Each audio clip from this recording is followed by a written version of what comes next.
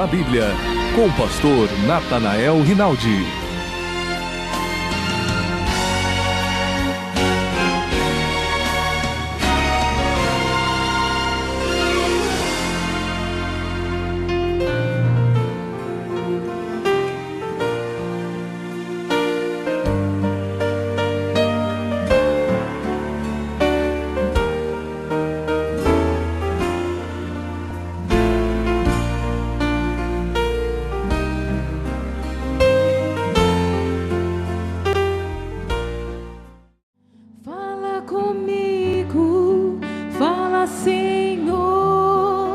Decidi te obedecer por amor.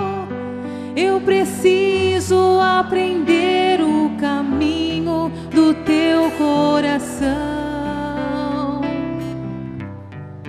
Fala comigo como um pastor que conduz o seu rebanho. Eu desconheço outra voz que não de ti. Fala comigo, Senhor, eu preciso te ouvir. Eu preciso te ouvir.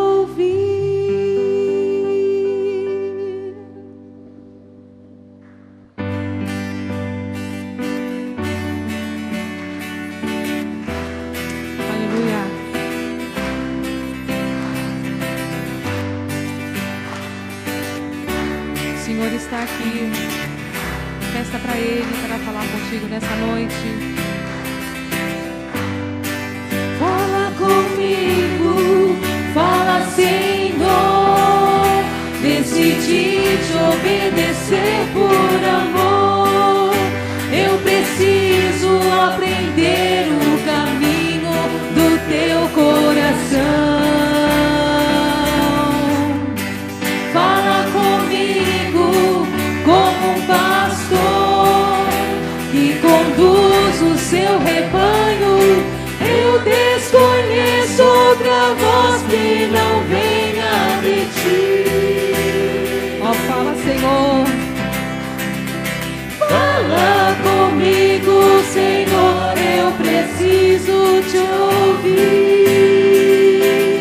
Eu preciso te ouvir.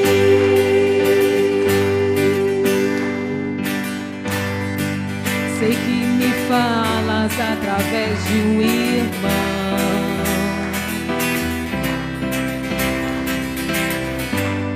Eu sei que me falas quando dobro os joelhos em oração. Sei que me falas pela tua palavra. E falas comigo até quando te calas. Oh, aleluia. Sempre te ouço na tribulação. Não importa a tua dor, tua voz me acalma e traz consolo ao meu coração. E quando não sei que direção tomar, eu paro tudo pra te escutar. Nada é mais importante, eu só quero te ouvir falar. Fala comigo, fala, Senhor. Decidi te obedecer por amor. Eu preciso aprender o caminho do teu coração. Fala comigo como um pastor que conduz o seu rebanho. Eu desconheço outra voz que não venha de ti. Oh, fala comigo, Senhor, eu preciso te ouvir.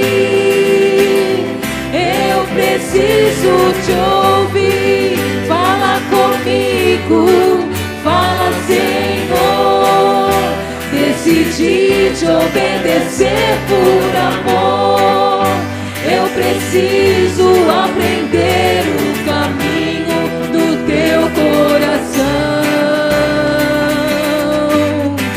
Fala comigo como um pastor que conduz o seu rebanho.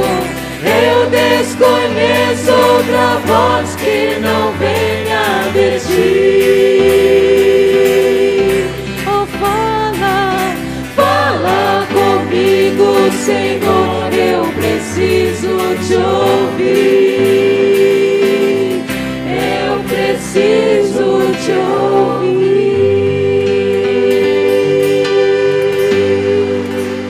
Oh, aleluia.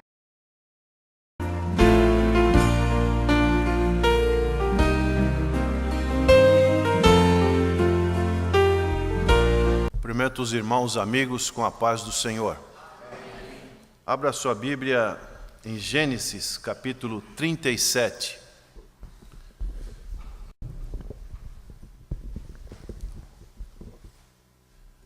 Gostaria de fazer um comentário. Nosso objetivo,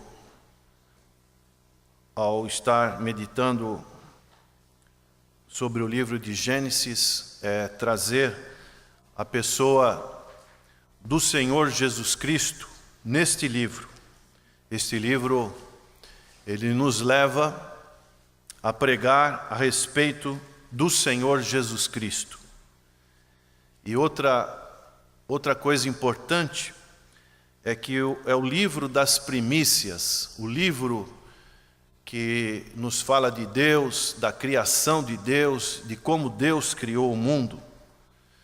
A Bíblia não entra muito em detalhes, como provas científicas, trabalhos científicos, mas a Bíblia, ela afirma a criação de Deus formando o mundo. Mas nós podemos ver que logo depois disso, Deus, o narrador de Gênesis, que foi Moisés, ele se preocupa em falar das pessoas. Das pessoas. O nosso Deus é um Deus pessoal. Amém? Deus que está se preocupado mais com a vida do ser humano, com a sua alma. E nós vemos no Gênesis 4 personagens importantes. Você sabe quais são? Abraão, Isaque, Jacó e José. Esses 4 personagens são muito importantes na história da formação do povo de Deus, que foi Israel. E aqui nós vamos, no capítulo 37, adentrar na história de José, também conhecido como José do Egito. E o título da nossa mensagem: Querem matar os seus sonhos. Quantos nesta noite têm sonhos? Todos nós temos sonhos, né? Mas muitas das vezes digo para vocês que querem matar os seus sonhos. Este é o trabalho do inimigo das nossas vidas. E no capítulo 37, eu gostaria de destacar o verso 19 e 20, para começarmos. E disseram uns aos outros: eis lá vem o sonhador mor. Vinde, pois, agora e matemo-lo, e lancemo-lo numa dessas covas, e diremos: uma besta fera o comeu, e veremos que será dos seus sonhos. Ó Deus, suplicamos a Tua graça em favor de nós, o Teu povo, que estamos aqui para ler e meditar na Tua palavra, que o Teu Santo Espírito possa trazer aplicações aos nossos corações. E todos que estão aqui, Senhor, possam ter os seus sonhos realizados, principalmente aqueles sonhos que envolvem estar na Tua presença. Nós oramos em nome de Jesus. Amém. O texto começa dizendo que José, ele tinha 17 anos. Veja comigo o verso 2. Estas são as gerações de Jacó, sendo José de 17 anos. José tinha 17 anos. Muitas das vezes, o povo de Deus, ele sofre consequências por obras más que os outros fazem.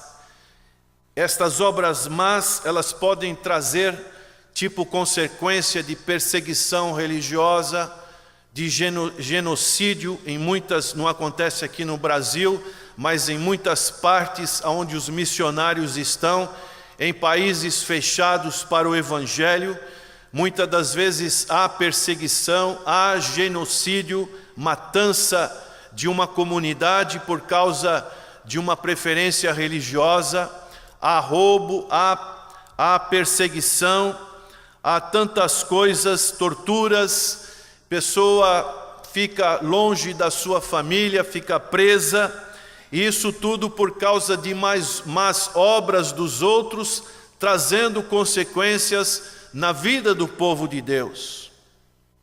E o que nós vamos ver aqui no caso de José é algo semelhante, mas já podemos afirmar de início que isso que nós vamos falar é o mais importante, que Deus utiliza as más obras dos outros para fazer as suas providências nas nossas vidas, aleluia. Deus é o Deus da providência.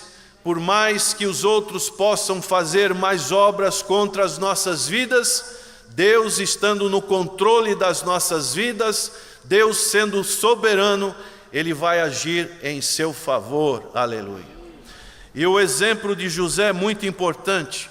Ele era um jovem de 17 anos, um jovem que pode ter alguns nessa faixa etária, um jovem que estava começando a vida. Ele estava apacentando as ovelhas do rebanho do seu pai, junto com os filhos de Bila, com os filhos de Zilpa, mulheres de seu pai.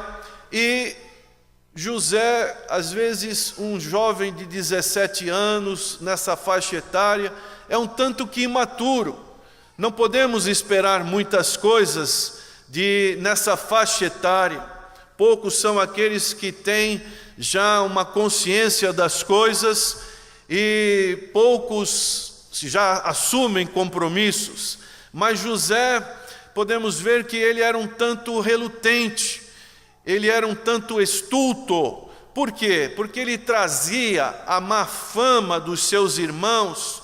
Não sabemos, a Bíblia não coloca o que os seus irmãos faziam, tramavam, mas ele trazia a má fama dos seus irmãos para o seu pai.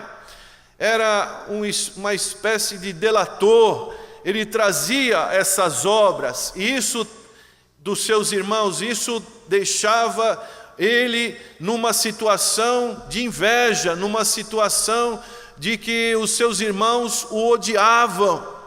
E nós podemos ver aqui no verso 3 do capítulo 37, nós vamos fazendo um comentário sobre este capítulo. E Israel amava mais a José. Por quê? Porque ele era filho da sua velhice. Ele nasceu de sua esposa predileta, que foi Raquel, e dessa maneira Jacó tinha uma predileção por aquele seu filho, e isso criava uma animosidade diante dos outros seus irmãos. E para completar mais o quadro, José fez uma túnica multicolorida, uma túnica grande, e assim aquele jovem, ele tinha uma espécie, com essa túnica, o seu pai estava dando uma posição de privilégio, uma posição de uma espécie de governador diante dos seus irmãos. E os seus irmãos o invejavam. Você que é pai, não deve dar predileção para nenhum dos seus filhos, porque isso vai trazer confusão.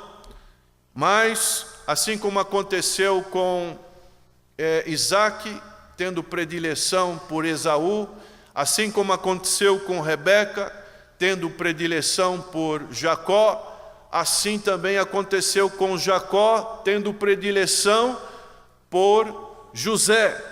E dessa maneira, isso trazia um desconforto. E o verso 4 nos diz: vendo, pois, seus irmãos que o seu pai o amava mais do que a todos os seus irmãos, aborreceram-no e não podiam falar pacificamente com ele. Ele trazia uma espécie de ódio, de rancor. E nós vemos aqui nessa narrativa, nessa história, que José teve um sonho. José vai ter 2 sonhos. Ele sonhou e contou aos seus irmãos que o sonho era, que está aqui no verso 7, eis que estávamos atando molhos no meio do campo, e eis que o meu molho se levantava e também ficava em pé, e eis que os vossos molhos o rodeavam e se inclinavam ao meu molho. Então lhe disseram seus irmãos: tu, pois, deveras reinarás sobre nós? Tu deveras terás domínio sobre nós? Por isso, tanto mais o aborreciam por seus sonhos e por suas palavras. Quando você tiver um sonho que parece que você está numa proeminência maior do que outras pessoas, o conselho que a palavra de Deus nos dá é que você fique quieto, guarda isto em silêncio, deixa que o tempo de Deus possa dar a você a concretização desse sonho. Mas o que aconteceu com José foi ao contrário. Isso aborrecia mais os seus irmãos. E o verso 9 nos diz: e sonhou ainda outro sonho, e contou aos seus irmãos e disse: eis que ainda sonhei um sonho, eis que o sol e a lua e as 11 estrelas se inclinavam a mim, e contando-a a seu pai e a seus irmãos, repreendeu o seu pai e disse: que sonho é este que sonhaste? Porventura viremos eu e a tua mãe e teus irmãos inclinar-nos perante ti em terra?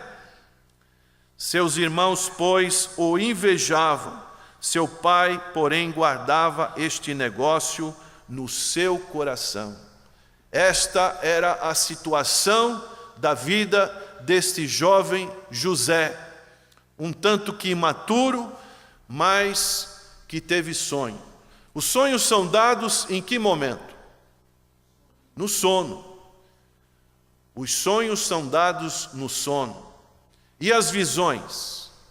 Uma palavra muito comum, especialmente no meio evangélico.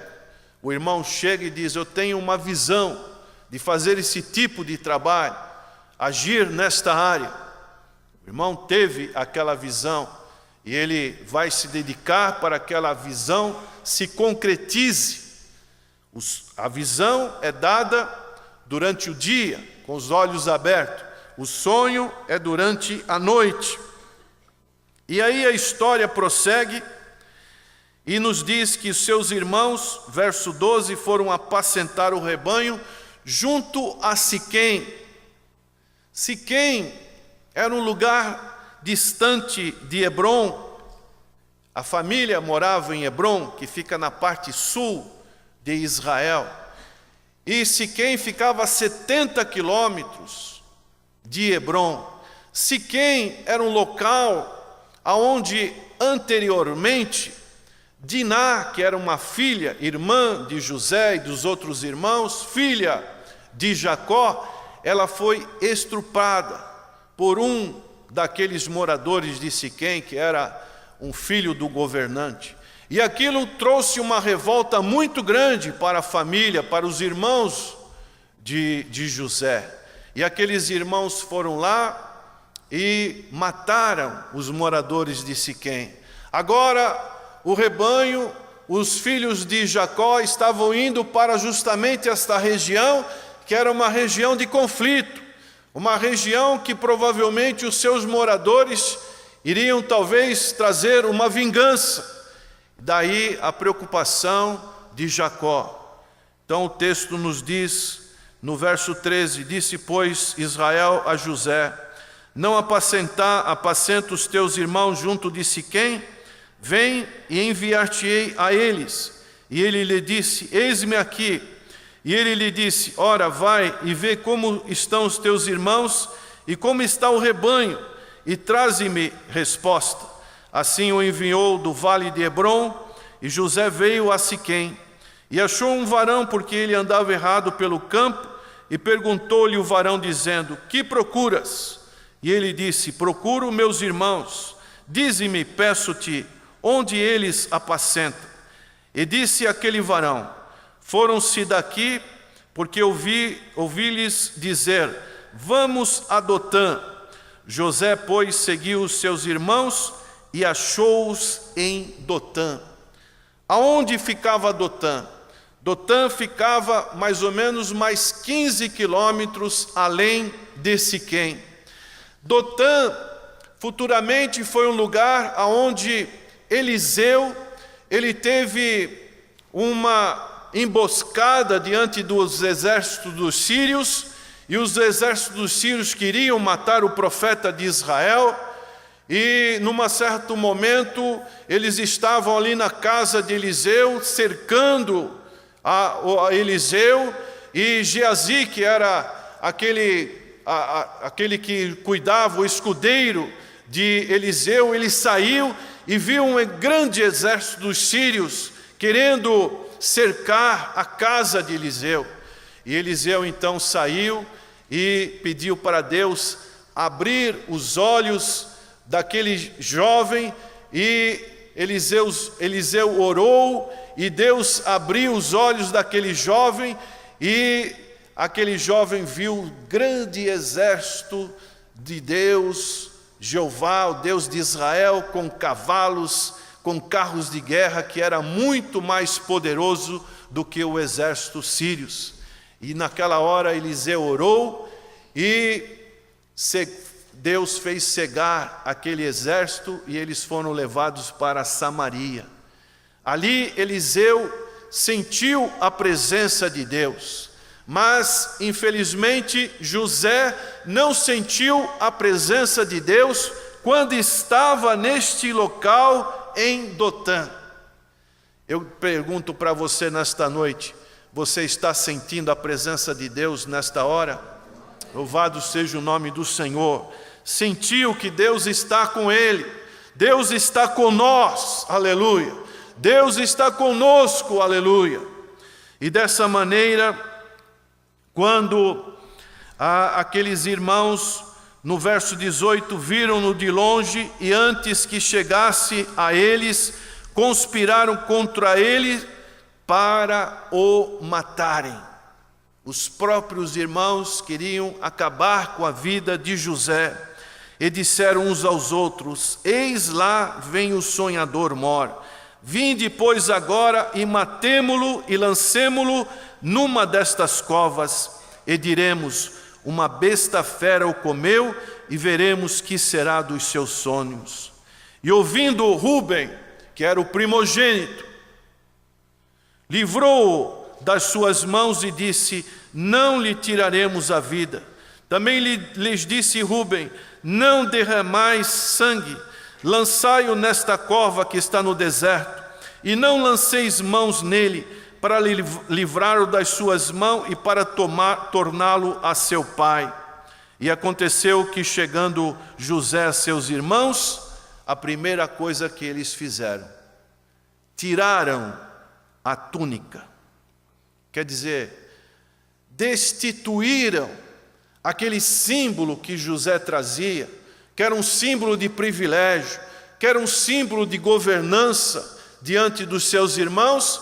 Aqueles irmãos foram com fúria diante de José e tiraram a sua túnica. Isso traz uma aplicação espiritual para as nossas vidas. Muitas das vezes, os inimigos espirituais que nós convivemos diariamente, eles querem nos tirar as nossas vestes, eles querem tirar as vestes da santidade, eles querem tirar as nossas armaduras, que nós temos que lutar as lutas espirituais, que tanto o apóstolo Paulo fala em Efésios capítulo 6, que nós devemos estar portando a armadura da guerra que o Senhor nos dá. E dessa maneira os inimigos, eles querem nos enfraquecer.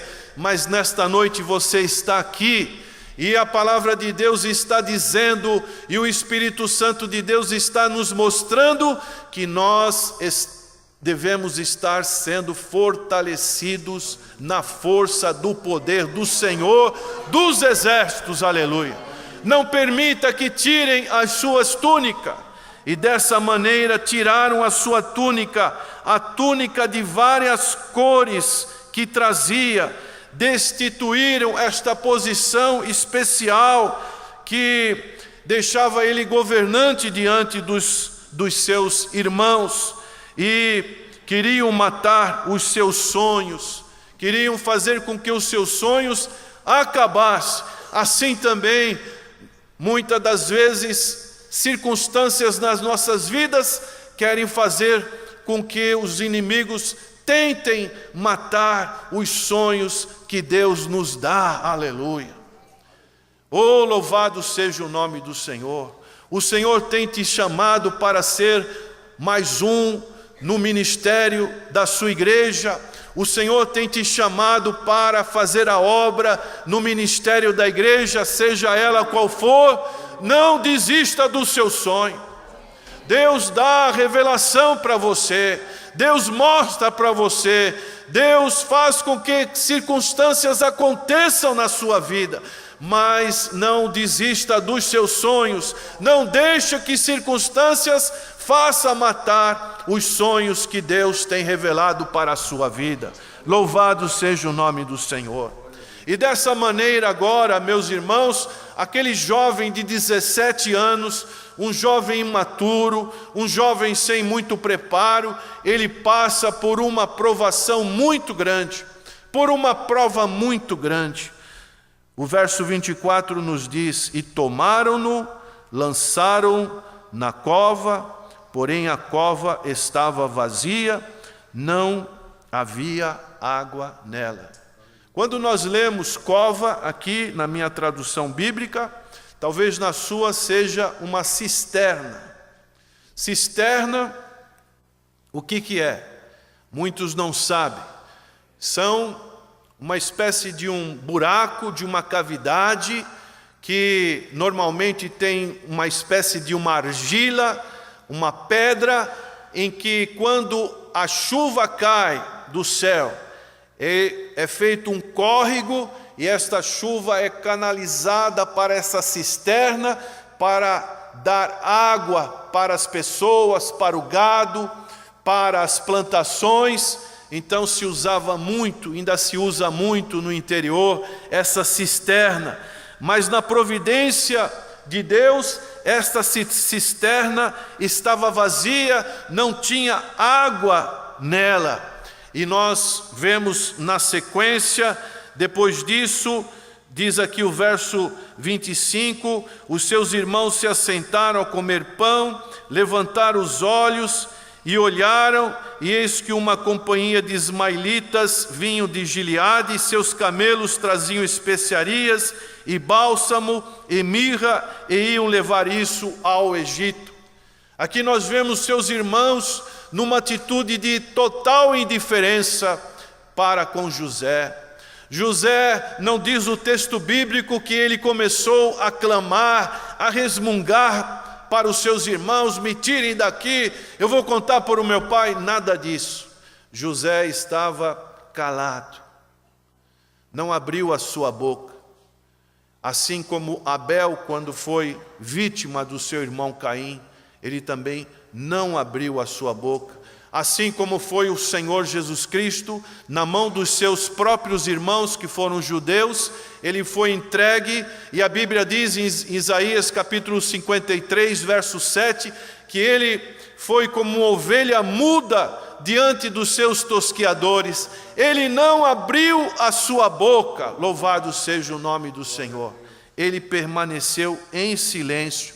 Nesta noite, se estão te perseguindo, permaneça em silêncio, porque no tempo certo o Senhor dará a vitória. Louvado seja o nome do Senhor. Não queira se justificar, não queira argumentar. Às vezes as pessoas falam mais e cada vez mais o grosso da calda vai aumentando, a farinha vai aumentando, mas é preferível ficar em silêncio e esperar nas providências do Senhor. E deste modo apareceu uma caravana que vinha de Gileade, da terra de Dan, da terra de Asser, da parte oriental de Israel, e aquela caravana ia pela costa, ali pelo mar Mediterrâneo, indo até o Egito. E ali Judá, ele teve uma ideia, disse aos seus irmãos: que proveito haverá em que matemos a nosso irmão e escondemos a sua morte? Quando fala escondamos a sua morte, fala do seu sangue. Vinde e vendemo-lo a estes ismaelitas, e não seja a nossa mão sobre ele, porque ele é nosso irmão, nossa carne. E os seus irmãos obedeceram. Passando, pois, os mercadores midianitas, tiraram e alçaram a José da cova, e venderam José por 20 moedas de prata aos ismaelitas, os quais levaram José ao Egito. 20 moedas de prata, menor valor do que um escravo. Você sabe quanto custava um escravo no tempo antigo? 30 moedas de prata. Por quantas moedas de prata o Senhor Jesus foi vendido? Por 30 moedas de prata o Senhor foi vendido. Assim, José é um tipo, uma tipologia da pessoa bendita de nosso Senhor e Salvador Jesus Cristo. Aqui podemos ver uma comparação de como Deus agiu com o povo de Israel, futuramente salvando o povo de Israel. Assim também Deus vai agir na vida do Senhor Jesus Cristo, não para salvar somente o seu povo, mas para salvar toda a humanidade. Louvado seja o nome do Senhor. E no verso 29, nós vemos o desapontamento de Rúben. Tornando, pois, Rúben à cova, eis que José não estava na cova. Então Rúben rasgou as suas vestes e tornou a seus irmãos e disse: o moço não aparece. E ele pensou: e eu? Aonde irei? Como vou voltar diante do meu pai? Uma situação terrível para este que era o responsável pela vida do seu irmão. Então tomaram a túnica de José, mataram um cabrito, tingiram a túnica no sangue e enviaram a túnica de várias cores e fizeram levá-la a seu pai e disseram: temos achado esta túnica, conhece agora se esta será ou não a túnica de teu filho. O clímax novamente está aumentando dessa narrativa bíblica. Será que Jacó vai reconhecer ou não? Vai dar crédito àquelas palavras daqueles seus filhos? E o verso 33 diz: e conheceu-a e disse: é a túnica de meu filho. E ele disse: uma besta fera o comeu, certamente foi despedaçado José. E dessa maneira a túnica, ela foi usada para a entronização, como nós vimos no verso 3, quando Jacó fez essa túnica para José. Ela foi usada como um instrumento de desentronização e de morte simbólica, quando tiraram a túnica de José e agora ela e depois mataram um cabrito, um bode, para mostrar que José estava morto, e agora ela é usada como a morte de José diante do seu pai, a morte de um sonho que José teve. Parece que a história poderia terminar por aí, e o sonho de José não se concretizaria. E diz o texto no verso 34, então Jacó rasgou as suas vestes e pôs pano de saco sobre os seus lombos e lamentou a seu filho muitos dias. E levantaram-se todos os seus filhos e todas as suas filhas para o consolarem. Recusou, porém, ser consolado e disse, na verdade, com choro, hei de descer ao meu filho até a sepultura. Assim chorou seu pai. Uma situação desesperadora para aquele seu pai, uma tristeza muito profunda diante do noticiário da morte do seu filho, mas a palavra de Deus termina este capítulo com uma nota de esperança. E os midianitas venderam-no no Egito a Potifar, eunuco de Faraó, capitão da guarda. Assim, os sonhos de José, mais para frente, eles vão se realizar. E nós podemos fazer algumas referências. Vai comigo no capítulo 46, verso 42, verso 6. Folhei um pouquinho a sua Bíblia. José, pois, era governador daquela terra, ele vendia a todo o povo da terra, e os irmãos de José vieram e inclinaram-se ante ele com a face na terra. Oh, louvado seja o nome do Senhor! O sonho se realizou literalmente. No capítulo 43, no verso 23, novamente acontece a mesma coisa. E ele disse, paz seja convosco, não temais, o vosso Deus e o Deus de vosso pai vos tem dado um tesouro nos vossos sacos, e o vosso dinheiro me chegou a mim, e trouxe-lhes fora a Simeão. 43, 23, e também no verso 26, vindo, pois, José a casa, trouxeram ali o presente que estava na sua mão e inclinaram-se a ele até a terra. Louvado seja o nome do Senhor. O plano de Deus se realizou na vida de José.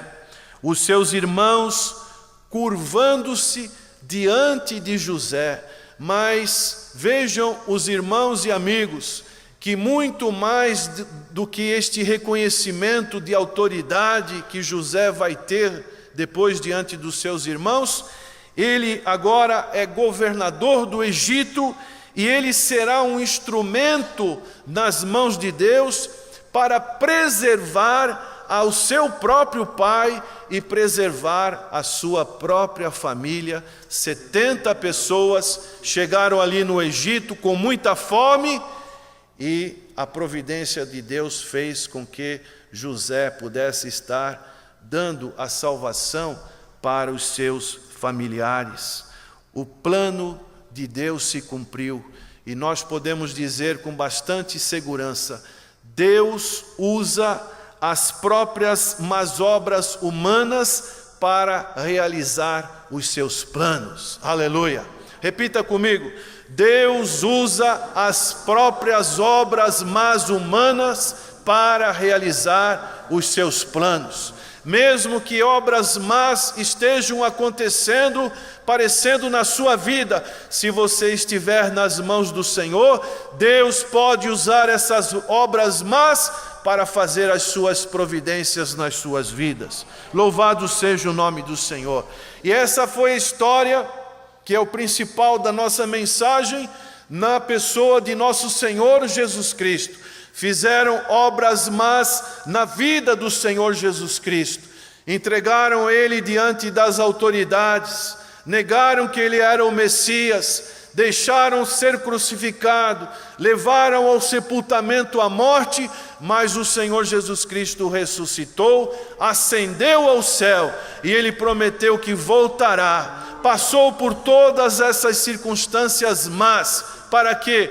Para que Deus pudesse providenciar o seu plano de salvação através do Senhor Jesus Cristo, para que nós hoje tivéssemos esse grande privilégio de estar aqui adorando ao Senhor de todo o nosso coração, de toda a nossa alma. A história de José nos proporciona conforto em tempos difíceis. Eu creio que talvez você está passando tempos difíceis em sua vida, mas lembre-se, José passou tempos difíceis. Depois ele foi acusado de abusar da mulher de Potifar. Isso o encaminhou à prisão. Ele ficou 2 anos ali naquela prisão. Ficou praticamente esquecido naquela prisão. Mas Deus se lembrou dele. Aleluia. Se você passa tempos difíceis, aguarde o tempo do Senhor. Deus não está ausente. Aleluia. Deus está presente. E Ele está trabalhando serenamente, calmamente nas nossas vidas, para que o seu plano se cumpra em nossas vidas. Quando nós sofremos às vezes injustiças, perseguições, mas nós devemos saber que Deus está no controle de todas as coisas. Deus pode usar as obras pecaminosas do homem para realizar o seu plano de salvação. Aleluia. E os braços de Deus estão abertos nesta hora para salvar, para libertar do jugo do passarinheiro, do jugo do pecado, das obras más deste mundo, para que você também tenha a sua vida na direção, na providência de Deus. Romanos capítulo 8, verso 18, o apóstolo Paulo diz assim: porque para mim tenho por certo que as aflições deste tempo presente não são para comparar com a glória que em nós há de ser revelada. As aflições são aflições passageiras. Tempo presente, às vezes uma dificuldade financeira, às vezes um conflito no lar, às vezes problema de enfermidade. Mas lembre-se, um dia nós estaremos na glória do Senhor e tudo isso aqui vai ser esquecido. Louvado seja o nome do Senhor. E no verso 28 diz: e sabemos que todas as coisas contribuem juntamente para o bem daqueles que amam a Deus, daqueles que são chamados por seu decreto. Aleluia,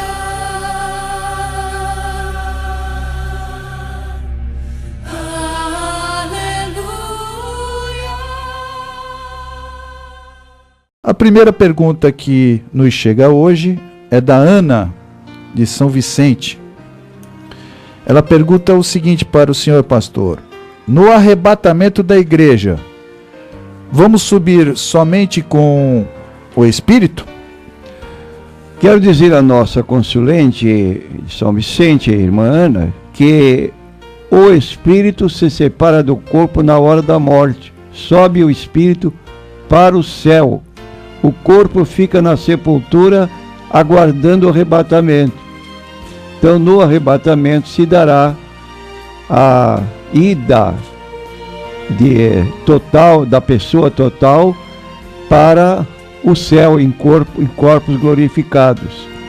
Diz o texto de Filipenses capítulo 3, versículo 20: mas a nossa cidade está nos céus, de onde também esperamos o Salvador, o Senhor Jesus Cristo, que transformará o nosso corpo abatido para ser conforme o seu corpo glorioso, segundo o seu eficaz poder de sujeitar também a si todas as coisas. Repetindo, Filipenses capítulo 3, versículo 20 a 21.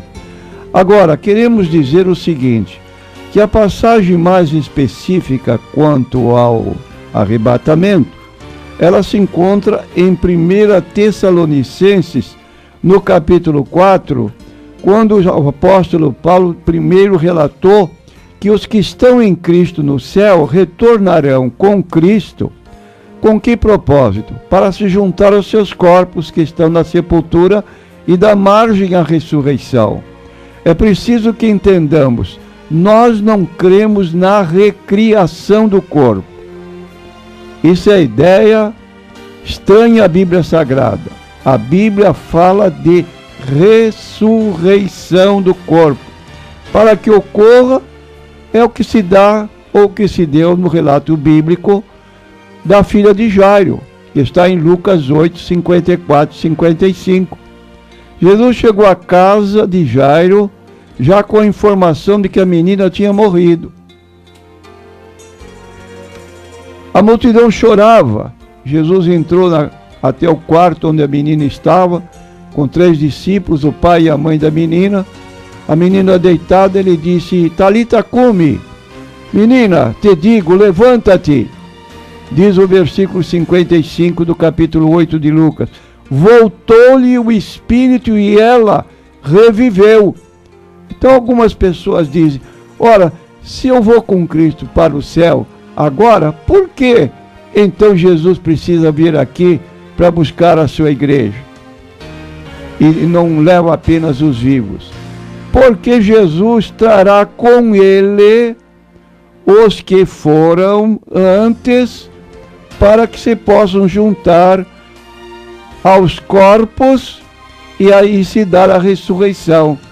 Escute só o que está em 1 Tessalonicenses, capítulo 4, versículo 16, porque o mesmo Senhor descerá do céu com alarido, com voz de arcanjo, com trombeta de Deus, e os que morreram em Cristo ressuscitarão primeiro.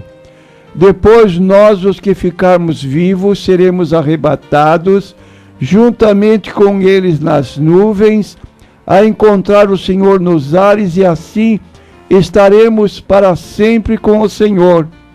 Agora vamos ler o versículo 14 deste mesmo capítulo 4 de Tessalonicenses.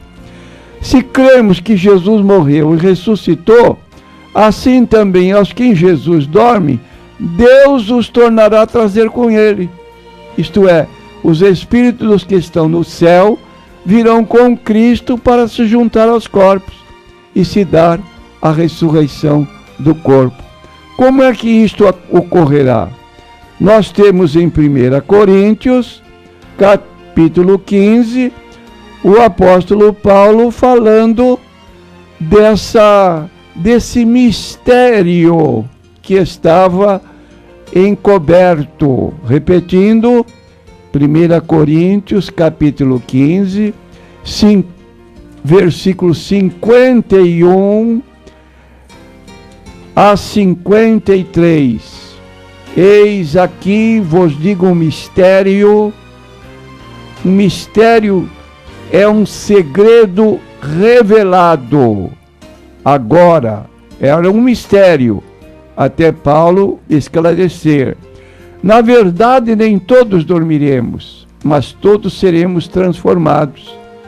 No momento, num abrir e fechar de olhos, ante a última trombeta, porque a trombeta soará, e os mortos ressuscitarão incorruptíveis, e nós seremos transformados. Isso é o arrebatamento, tanto dos que morreram, cujos corpos estão na sepultura, vão se tornar corpos incorruptíveis e corpos imortais. Versículo 53 do mesmo trecho. Porque convém que isto que é corruptível se revista da incorruptibilidade, e que isto que é mortal se revista da imortalidade. Então, prezada irmã Ana, aí está o ser inteiro no arrebatamento, com seu corpo glorificado para sempre no céu. E repetimos na oportunidade o que Paulo escreveu: o que o olho não viu, o ouvido não ouviu, não subiu à imaginação do coração humano, são as coisas que Deus preparou para aqueles que o amam. 1 Coríntios capítulo 2, versículo 9.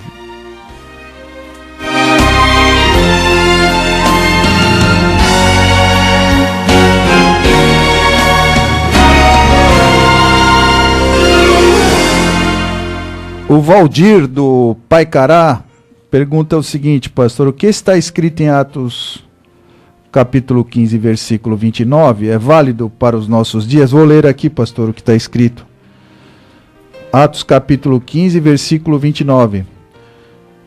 Que vos abstenhais das coisas sacrificadas aos ídolos, e do sangue, e da carne sufocada, e da prostituição, das quais coisas bem fazeis se vos guardardes, bem vos vá. Parece que é a determinação do primeiro concílio da igreja cristã. O primeiro concílio de Jerusalém, realizado com os apóstolos, foi decorrente da forma como os judaizantes chegavam aos gentios e perguntavam: você é circuncidado? Se vos não circuncidardes, não podereis salvar-vos. Foi quando então os apóstolos tomaram a deliberação de reunir-se e determinar apenas 4 coisas da antiga aliança que agora prevalecem ainda nos dias atuais: que vos abstenhais das coisas sacrificadas aos ídolos.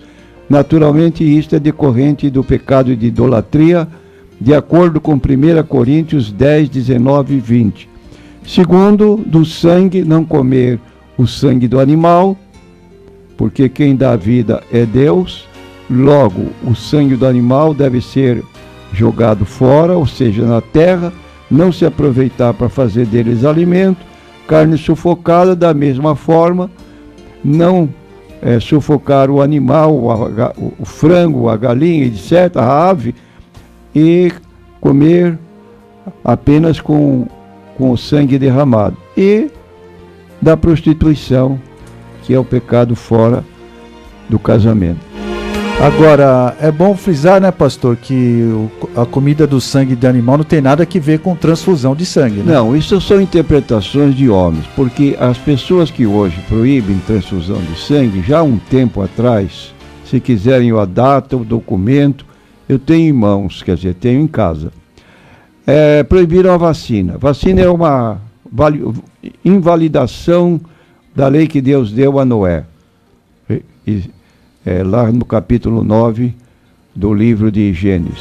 Depois veio que essa invalidação foi mal entendida, foi abolida, pode se vacinar. No lugar entrou o transplante de órgãos em 1967. Doar órgãos é favorecer a pessoa que continuava com os órgãos no corpo, como se ela estivesse praticando um ato de canibalismo, vivendo com parte do corpo do outro.